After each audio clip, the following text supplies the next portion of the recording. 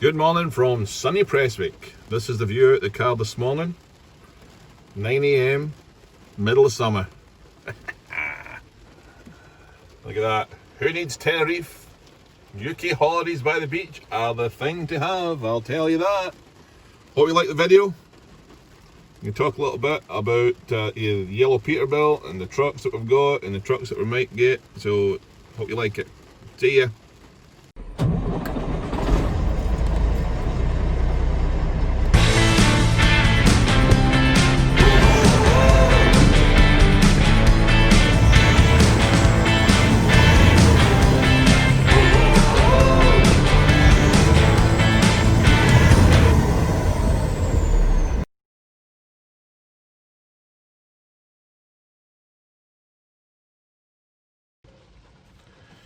Good morning. I have got 3 things I want to talk about, and first I just want to say something that's I discovered about myself. A bit weird, but I when I'm home, I do the dishes. It's my thing that I do because I don't do the cooking. I don't do a lot, and so I figure I'll do that. And my wife makes the food. I eat it. I clean the plates, if you like. A lot of times I'll do that while she's making the dinner and then finish it off after it, or or if there's something good in the telly, I'll wait till the next morning. But I don't let anything sit there and get cruddy. But this is just a short thing. But I've noticed that I don't have anything to do because I feel like I'm a retired old guy. So I'm taking my dishwashing to the extremes. I get up in the morning, I make my wife's coffee before she goes out, and then I do the dishes. Usually if she's working, I take her to work and come back, do the dishes and watch a bit of telly, whatever. But now, yesterday, and this is why I need to get back to work. Yesterday, the dishwashing is becoming a bit obsessive now, so yesterday I was out with my granddaughter and I thought, I have got to get back to the house and wash the dishes before too long because it's driving me nuts that they haven't done them. So today, they're all done super early. There was a lot of them. A couple of cups and a couple of plates and glasses, and if we have a dessert or something like that, So they're done today. I can relax and enjoy it. But I think that's a sign that a guy needs to get back into a truck and become a trucker. So, first thing is, this came up in a conversation with one of the guys driving trucks. And I think I see it in the truck stops, and I think truck schools teach by the book, and then nobody gives any top tips. It's not even a top tip. Any simple hacks that can make your life easier. Now, you've all been pulling into Fuel Island, and you see which is obviously, in my mind, a rookie guy pulls onto fuel pumps in front of you or beside you, and he pulls the parking brake on, and you hear psh, and then you hear psh, and then all the trailer brakes set, the trailer drops to the ground, and all he's doing is getting fuel. He might only be washing his window, but they set their brakes all the time. So it's not like driving a car where you start it up, there's no air involved. Push the button, handbrakes off, put the lever down, handbrakes off, away you go. Not in a big truck, in my experience, only me, but I can tell you when I was up in North Dakota and it was super cold, and I've had this happen only once, and it was in Nebraska, where I made a mistake. It was snowing really super bad. By the time we got to Lincoln area, or Crete, headed east.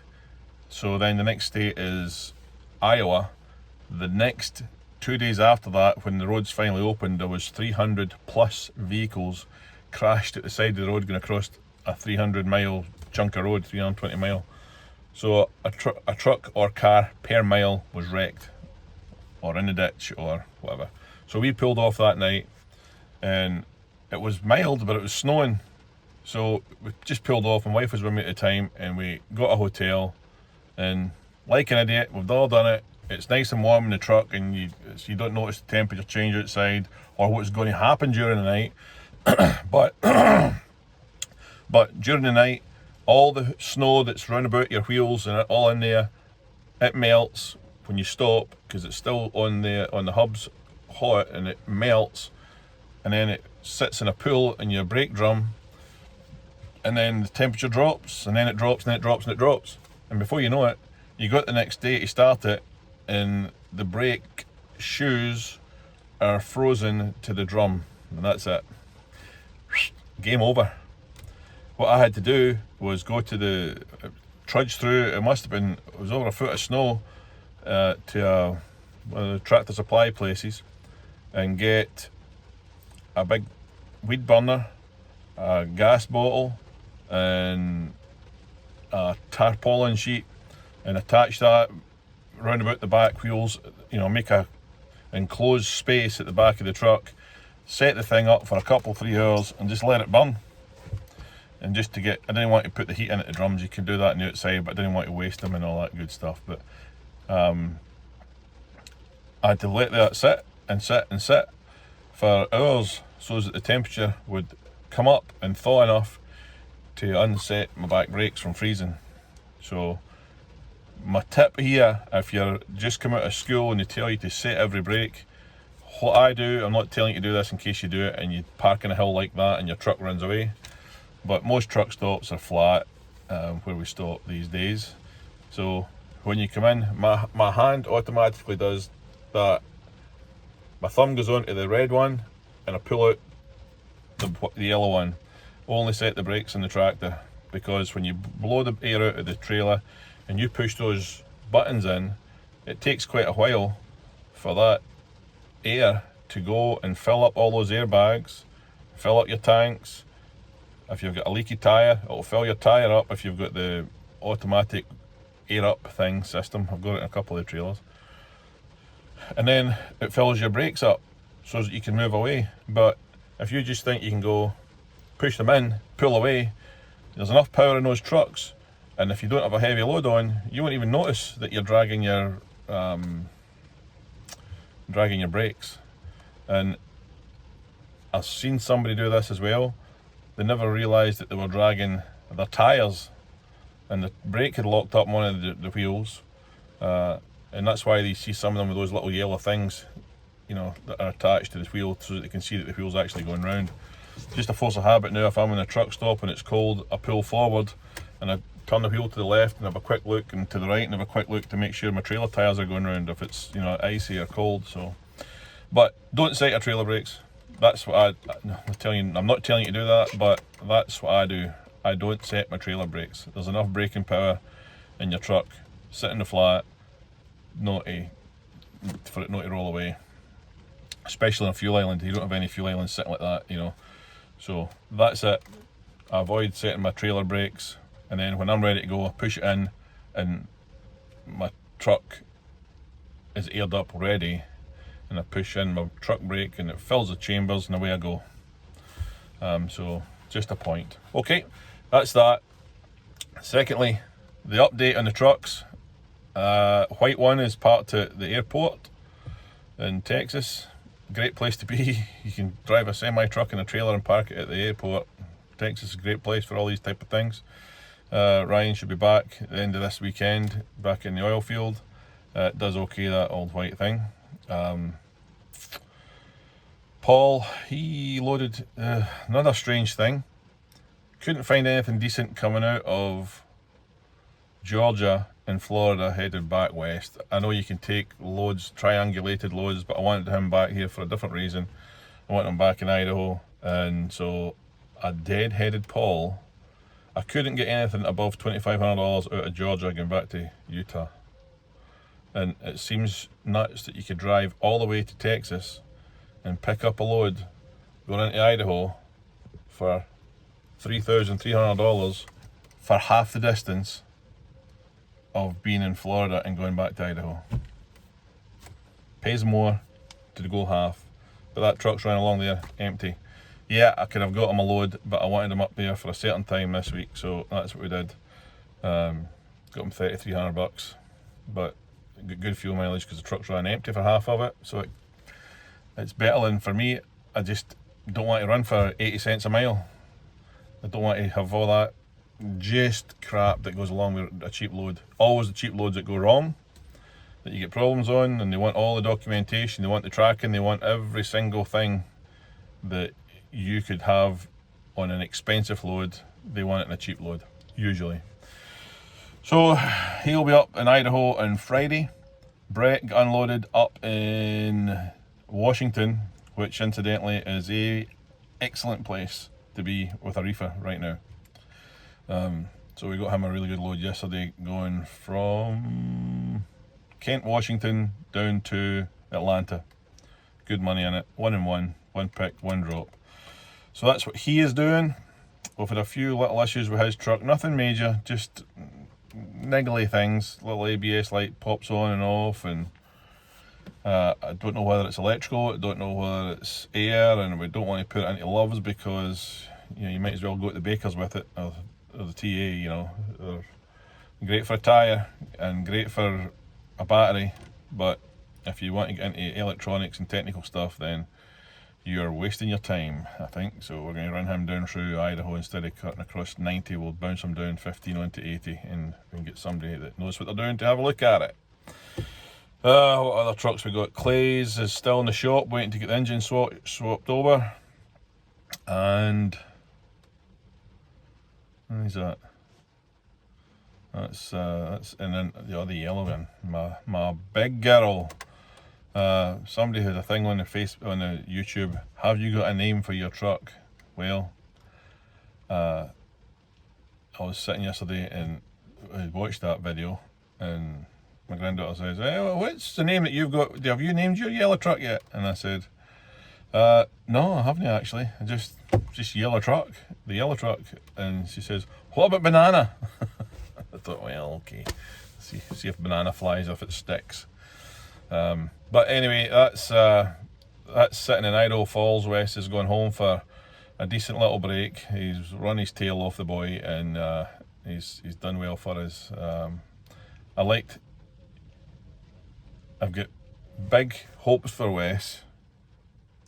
He says he'll not come back to work, but I've got hopes for him and plans for him. I think he's been there in the beginning with us, and I'd like to see him doing more things. And I've pushed him and pushed him and pushed him as hard as you can, just to see how far he can go. And he's responded and never let me down. And he's just a hard-working, good guy.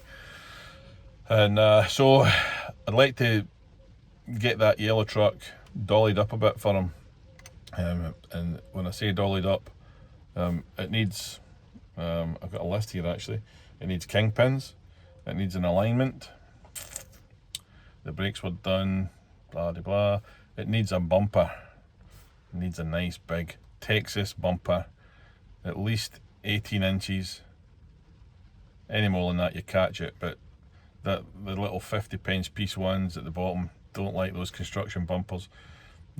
I wrecked that one, and the other one is an old wrecked one that we got from Jeff after I wrecked that. Just last minute he had it and we threw it on, and it's still on there, luckily, because he had a deal as well.